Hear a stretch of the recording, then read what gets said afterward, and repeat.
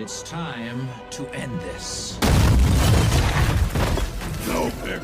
It's clobbering time.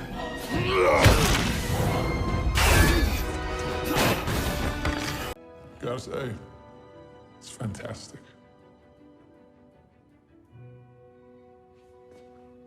Say that again?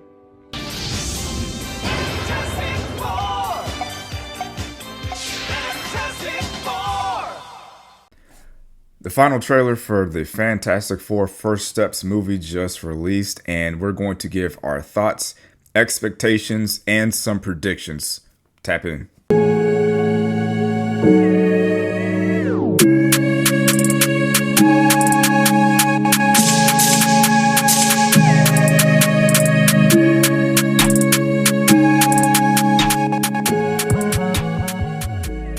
Now, before we get started, appreciate you guys for coming back to the channel. Make sure you guys like and comment, subscribe to the channel so you don't miss any new content that we got dropping here. So obviously I cannot do a live reaction of a Marvel trailer, because if I do it based on, I guess, the size of my channel or whatever, it'll get, flagged and taken down. But it is what it is. So I can do some still images here.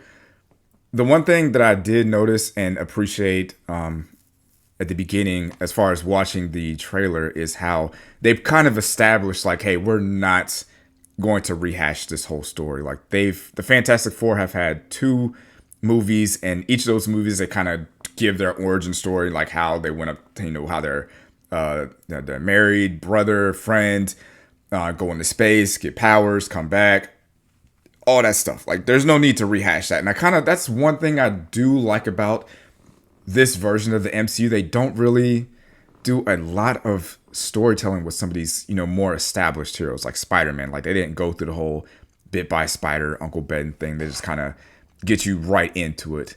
The costumes are very, comic accurate, so I'm digging that, obviously. I think the Silver Surfer looks fantastic. Oh my God. Okay. Rest of the video, I will not describe anything as fantastic anymore, because that's ridiculous. But I do think the Silver Surfer does look great. She's being played by the actress from Ozark, so she's a awesome actress as well. So I'm very excited to see what she can do with the character. And let me say this: before you incel losers come in the comments talking about, oh, Marvel's so woke, they're trying to make everything female and gay and whatever. In the comics, there is a female Silver Surfer. So, like, shut up. Like, get a life, or don't see the movie. Who cares? I will say this movie it takes place clearly in a separate timeline, this universe, because there is no mention of like a Howard Stark or even a Captain America, because they would have been around during this time. Like I said, I do like how they lean into like a little bit more of the comic accurate costumes, style. I did like, the Captain America First Avenger. So going back into that time period where they can't rely too much on a bunch of like technology and just like we have an answer for everything. It seems like they really have to rely on their own abilities and brains and the technology that they have for that particular time period. I do love how with the actor that plays the Thing, they're leaning into him being a cook or into cooking, because he plays, he plays Cousin from The Bears, and that was a cooking show. So I do like how they did that.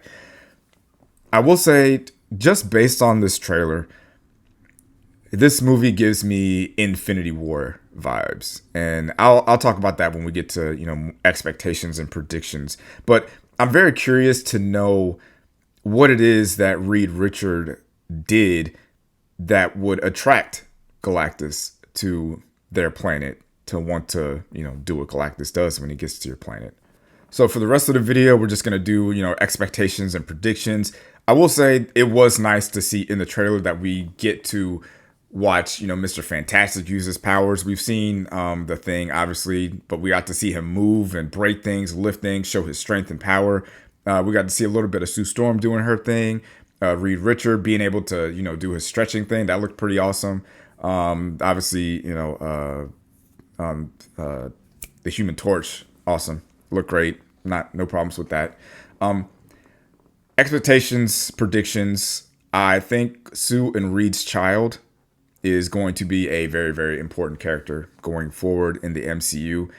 I've heard a few things from like channels like Screen Crush who have talked about their child and the type of ability that they have and how important they are to the future. And if the MCU goes down that path, then things could get really, really crazy, to say the least. And so when I said that the trailer felt very Infinity War-ish, I think they're going to lose.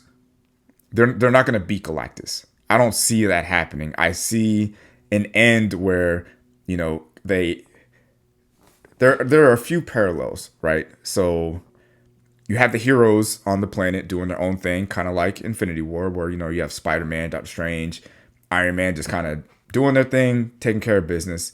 And in Infinity War, Hulk comes down and sends a warning about Thanos coming. Fantastic Four, we have the Silver Surfer coming down to give a warning about Galactus coming. And in Infinity War, they lost at the end.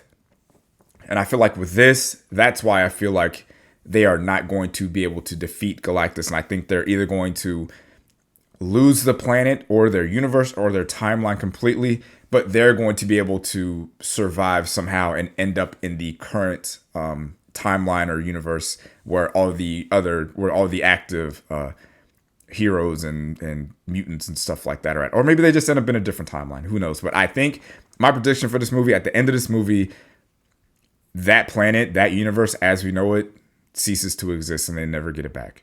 But I do have very, very high expectations for this movie, like based on the cast, based on the characters that they have introduced to it already, as far as Silver Surfer and Galactus. There's no reason that this movie should be bad. There's no reason this movie shouldn't be, at least, at bare minimum, it should be great. When we leave the theater for Fantastic Four, the first steps, we should leave the theater questioning, is this one of the best Marvel movies ever? I'm talking about it needs to be on par with Infinity War. It needs to be on par with Black Panther. It needs to be on par with Captain America Winter Soldier. Like those are my expectations. If I come out of this movie and I'm like, oh, this was just as good as Doctor Strange. I love Doctor Strange, but Doctor Strange is just good. If I come out of this movie thinking, oh, this movie is Thor Ragnarok, and I'm a big Thor guy, I'm going to be disappointed. Like, this movie needs to be one of the best. There has to be no question. It has to be unquestionably the best Marvel movie of the last 2 phases. I don't want people to say, oh, this is the best movie since Shang-Chi, or this is the best movie since, you know, Thor Love and Thunder. No, they need to say, this is the best movie since the first Spider-Man, or this is the best movie since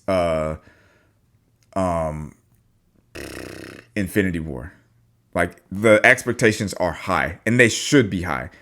We're almost 20 years in. Billion-dollar industry, no excuses. None. Like, this movie has to be great. It has to be great. And if I go and see it and it's just good, I'm not going to come back on this channel and like kill it, but I will be disappointed. Like, I need this movie to be great. I need it to be fantastic. And so on a side note, something that I've kind of gone back and forth on about, you know, when it comes to Doctor Doom, because there was no mention and it doesn't seem like he's going to be in this movie. I always kind of was on the fence on how they introduced Robert Downey Jr. as Doctor Doom. My initial idea would have been for him to be introduced in some sort of post-credit scene in this movie. Now, I'm talking about like introduced, like, period. Like, you can put out there like, hey, we've changed. We're not doing Kang Dynasty. We're going to do Doomsday instead. Announce that, but do not introduce who is playing Doctor Doom. I would prefer, and maybe it's just me being kind of, I don't know if it's being petty or being like, if it's a bad marketing idea or whatever, or just being extra. But I would have preferred that people go see this movie, see it in its entirety. Whatever happens at the end happens at the end. Post-credit scene, you see Doctor Doom from like his back or from the bottom, pans up. You see him grabbing the mask. He turns around, faces the camera, and that is the first time we see Robert Downey Jr. as Dr. Doom. He puts the mask on, screen goes black. That is how I would have introduced Robert Downey Jr. as Dr. Doom going forward in the MCU. I don't know if that would have been a good marketing idea, because that kind of introduction, it could take away from the movie. Like, people go, from talking about how great the movie was to talking about, oh, Robert Downey Jr.'s at the end. What are they going to do with that? But I feel like it pushes the conversation forward, and it keeps people excited, because the hype of Robert Downey Jr. being Dr. Doom, I don't want to say it's died down, but a lot of people aren't really talking about that as much as they were before. So I want to keep that hype train going upward. So towards the end of Fantastic Four, that is the first time anybody realizes, like, hey, Robert Downey Jr. is Dr. Doom. But let me know in the comments, how do you feel about the Fantastic Four trailer? Do you feel like this is going to be one of the best movies, or is it just going to be What would you have done with Dr. Doom? Do you think my predictions are good, bad? Let me know in the comments. I appreciate that. Peace. Thanks for watching, babe. Make sure to like this video and subscribe to the channel.